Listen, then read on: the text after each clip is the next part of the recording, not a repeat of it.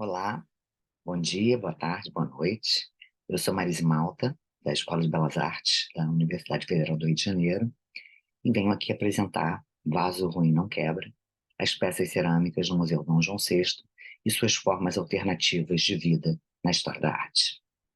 Bom, quando pensamos, em um vaso, logo nos vem à mente um vaso de plantas e já imaginamos que tipo de vegetação está dentro dele.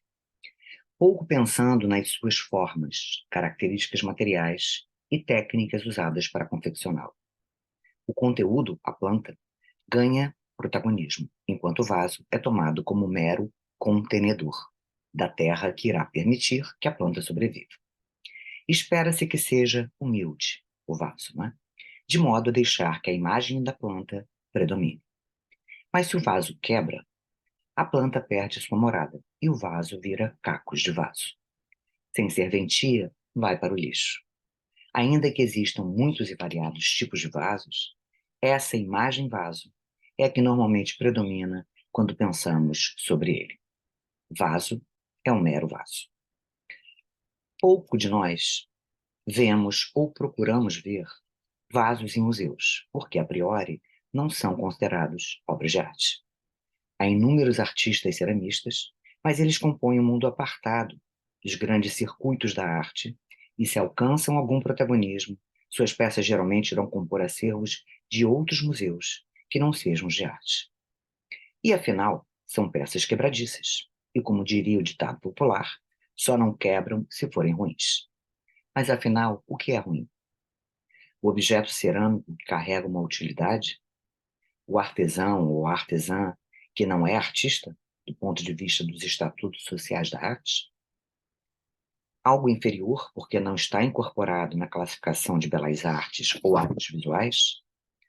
Por outro lado, se focarmos em vasos cerâmicos na sua coisidade, enquanto uma materialidade e uma técnica feitas a partir da argila queimada para uma funcionalidade operacional, conter algo, as categorias de enquadramento se desestabilizam e podemos ver, entre aspas, apenas vasos cerâmicos. E essa condição é propiciada pela grande variedade de peças presentes no Museu Dom João VI da Escola de Belas Artes da Universidade Federal do Rio de Janeiro. Foi a partir, do nosso interesse em pesquisar coisas e em lidar com elas em um museu universitário, cuja proposta museológica é ser uma reserva técnica aberta, quando muitas questões se apresentaram frente aos estatutos disciplinares que enquadram objetos em museus e que normalmente separam a cerâmica em categorias classificatórias distintas. No Museu Dom João VI, há peças cerâmicas na coleção Didática, na coleção de arte popular Renato Miguel e na coleção Ferreira das Neves. Mas só iremos nos deter, agora, nessa fala, na coleção didática, que corresponde às produções de estudantes do curso de arte decorativa na especialização cerâmica. Essa formação de artista decorador foi aprovada no regimento de 1948 da Escola Nacional de Belas Artes, no Rio de Janeiro, entrando em vigor no ano seguinte. Após 4 anos de formação geral, que incluía a disciplina de modelagem, o estudante escolhia entre 10 especializações para seu aprofundamento, realizado em no máximo 3 anos. Uma delas era cerâmica. Para essa especialização, foi contratada a artista gaúcha Hilda Goltz. Ainda que em algumas das peças, da artista apresentassem decorações figurativas e estilizadas, destacavam-se os efeitos abstratos de escorridos e manchados com as esmaltações e dourações. Muitas das peças cerâmicas do Museu Dom João VI seguem essas experimentações. A maioria é em forma de vasos esmaltados, de linhas abstratas, frutos de exercícios que exploravam os efeitos de modelagem, sobreposição de cores, manchas e escorridos, e por aí vai. Após a busca deliberada da temática nacionalista, especialmente na linha Marajoara, dos objetos entre 1930 e 40, os anos de 1950 passaram a buscar outras linguagens. A atuação de Hilda Goltz parece ter sido fundamental para traçar novos rumos para a exploração mais livre na criação cerâmica dos estudantes da Escola Nacional de Belas Artes, com modelagens geométricas abstratas, nos formatos e abstração lírica na aplicação dos esmaltes. Suas obras cerâmicas, infelizmente, estão dispersas, contando com algumas poucas peças na coleção do Museu de Arte do Rio Grande do Sul, no acervo artístico do Instituto de Arte da URGS, no Museu Nacional de Belas Artes e no Museu Dom João VI. Alguns dos vasos cerâmicos, né, dos alunos da Hilda Goltz possuem inscrições no seu fundo, né, que eu não vou aqui listar todos, mas fica patente que predomina o nome de mulheres, mostrando o quanto a cerâmica artística foi uma modalidade vista como de maior interesse pelo gênero feminino, própria, e eu vou citar, de mãos delicadas e sensíveis que conferia formas belas ao barro, como foi então expresso na revista O Malho, em 1941. Por outro lado, os objetos produzidos pelas estudantes da Escola Nacional de Belas Artes não apresentam exatamente formas ou decorações delicadas, mas experiências com formas e efeitos abstratos, com o uso de manchas e escorridos, próprios da experiência da arte moderna. A própria Hilda Goltz participou de várias edições dos Salões de Arte Moderna, entre 1950 e 1960. Em 1959, apresentou em forma de palestra o curso de cerâmica, explicando que os alunos aprendiam a modelar, esmaltar, pintar, manipular os esmaltes, pastas e engobos, realizar o cozimento de suas peças, enfim, adquirir conhecimentos que os identifiquem integramente com o complexo labor de uma cerâmica. A modelagem cerâmica é peculiar e parte dos princípios e regras que lhe são intimamente ligadas. Difere e distancia-se, por isso, da maneira comum de modelar.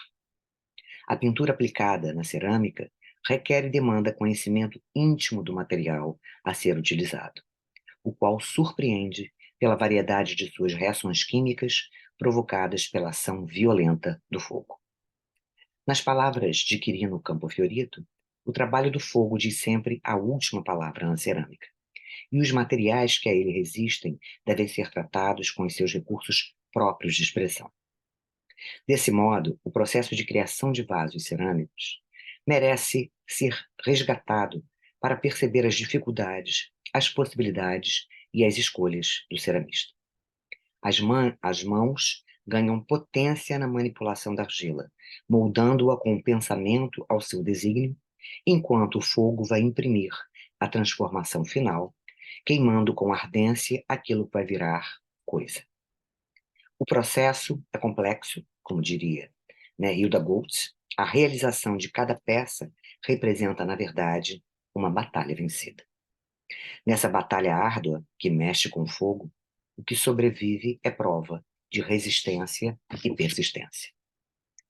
Se o ditado popular afirma que vaso ruim não quebra, poderíamos tomar a ideia de ruim como aquela arte que não é considerada tão boa quanto as belas artes, mas insiste em tomar seu lugar como uma possibilidade artística, mesmo que alguns vasos estejam rachados ou com partes desprendidas, sobreviveram como formas alternativas de vidas artísticas, e cabe a nós, historiadores da arte, respeitarmos seus desejos de sobrevivência na arte. Ainda que muitos desses objetos sejam utilitários na sua funcionalidade primeva, seus usos acabam por serem mais visuais, no sentido de atuarem como registros estéticos, como imagens matéricas. Na sua grande maioria, nenhuma peça tem indícios de utilização. Não sendo assim, vaso para plantas, jarros para água, pratos para comer, enfim, mas para ver. Entre peças, né, populares, estrangeiras, produzidas por empresas e por estudantes do curso de cerâmica, que fazem parte do acervo do Museu Dom João VI, é possível avaliar o potencial da cerâmica para os estudos da arte. Rever certas categorias do que seria artesanal e artístico, popular e erudito, tradicional e moderno. E observar as várias linguagens que estiveram presentes na história da arte e como cada artista fez escolhas frente à argila, à queima, ao uso dos esmaltes, conforme os efeitos plásticos desejados. De tão ruins ou boas cerâmicas, não quebraram e estão lá para nos desafiar a estudados. Muito obrigada.